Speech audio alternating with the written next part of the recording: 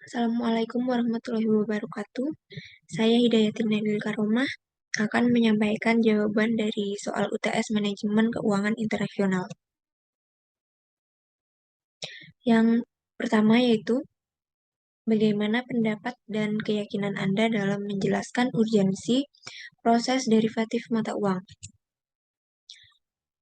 Urgensi proses derivatif mata uang pada pelaksanaannya itu ada 3 kegunaan utama pada instrumen derivatif, yaitu untuk meminimalisir resiko seperti naik turunnya suku bunga, kurs mata uang, harga saham, dan harga komoditi melalui suatu mekanisme yang disebut hedging atau lindung nilai.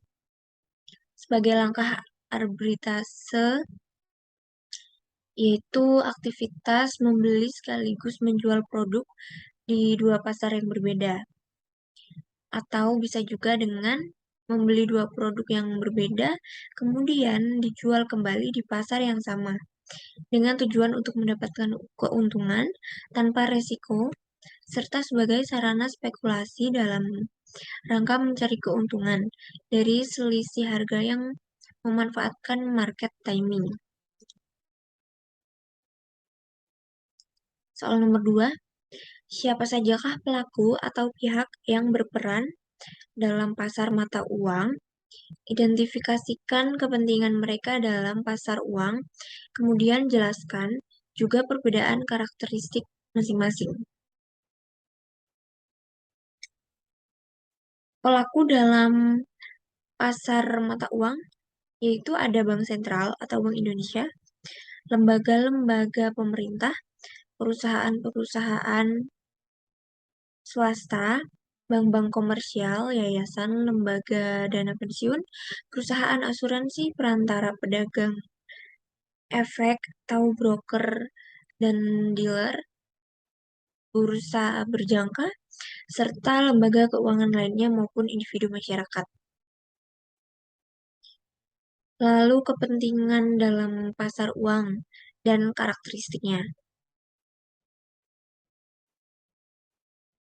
Yang pertama, Bank Sentral, yaitu berperan sebagai pelaku utama dalam pasar uang untuk menjaga kestabilan moneter dan harga melalui instrumen keuangan yang dikeluarkannya, yakni Sertifikat Bank Indonesia atau SBI. Karakteristiknya yaitu pemegang otoritas tertinggi pasar uang di Indonesia adalah Bank Indonesia. Sementara di Amerika Serikat, otoritas ini juga dipegang oleh Bank Sentral, Federal Reserve atau The Fed. Yang kedua yaitu adalah lembaga-lembaga pemerintah, berperan pada pasar uang sebagai pihak yang membutuhkan dana untuk membiayai proyek-proyek pemerintah dikarenakan adanya perbedaan waktu antara penerimaan pajak ataupun penerimaan lainnya dengan pengeluaran yang mesti dilakukan. Yang ketiga, perusahaan-perusahaan swasta. Perannya yaitu sebagai pihak yang menghimpun dana dari pasar uang dengan menerbitkan surat berharga jangka pendek. Lalu yang keempat, ada bank-bank komersial, berperan sebagai dealer derivatif di luar bursa, lembaga perantara keuangan, dan untuk memenuhi ketentuan kewajiban giro minimum yang harus mereka pelihara pada bank sentral, serta pemberi jasa pendapatan atas dasar fee. Lalu ada dealer yang berperan sebagai perantara di antara pelaku dalam pasar repo, sedangkan brokers sebagai pihak yang mempertemukan antara pemberi pinjaman dengan peminjam dalam pasar uang. Lalu ada bursa berjangka, berperan menetapkan dan menegakkan aturan perdagangan.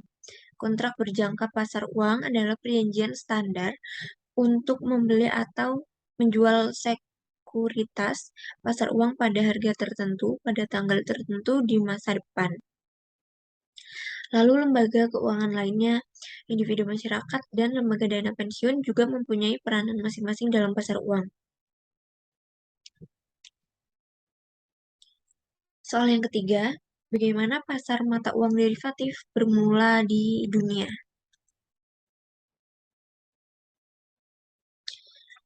Pasar mata uang derivatif bermula di dunia yaitu untuk melindungi harga gandum di Chicago pada saat itu.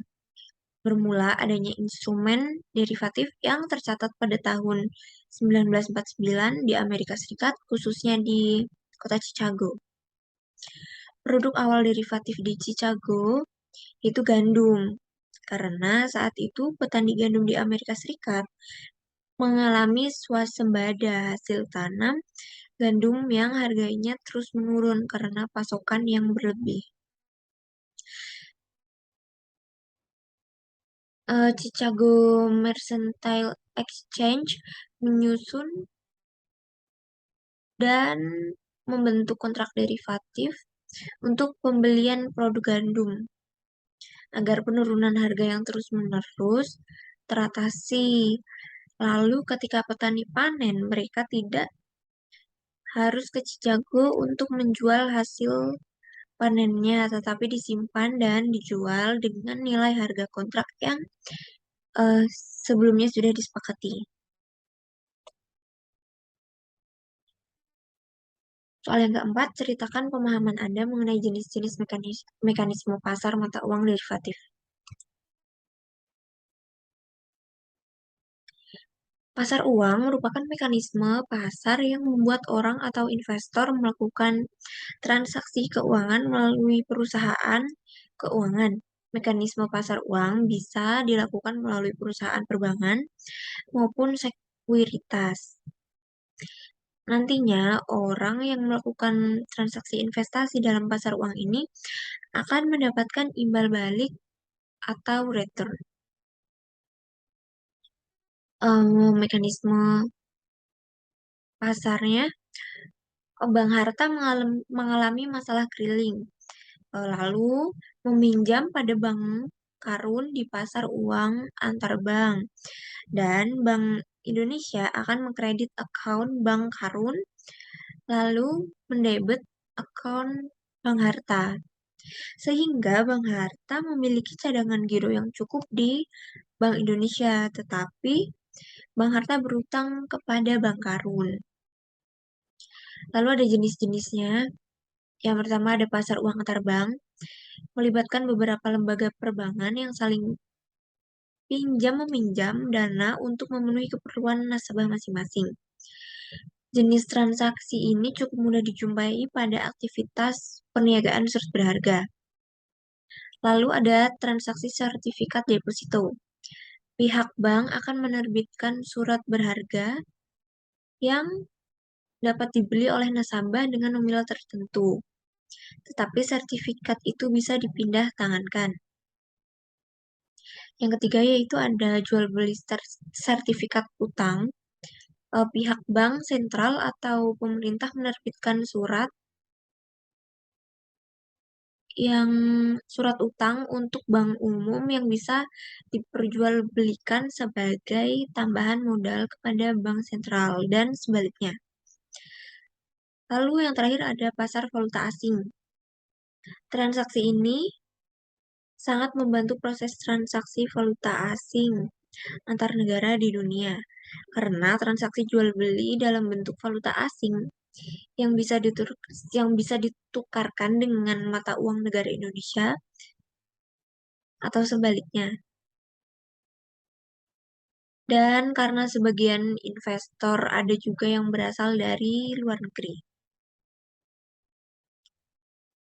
Soal yang terakhir nomor 5, menurut Anda bentuk pasar mata uang manakah yang paling menarik? Jelaskan juga alasannya.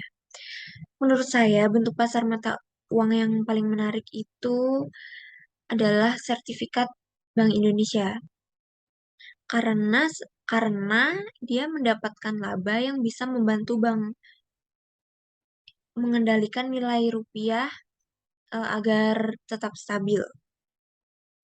SBI itu berbentuk surat utang dengan berjangka waktu kurang dari 1 tahun dan wajib dibayarkan kepada pemegang sesuai dengan tanggal yang sudah disepakati sebelumnya.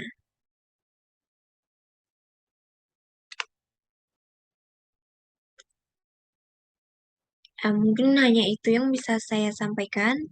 Kurang lebihnya saya mohon maaf. Wassalamualaikum warahmatullahi wabarakatuh.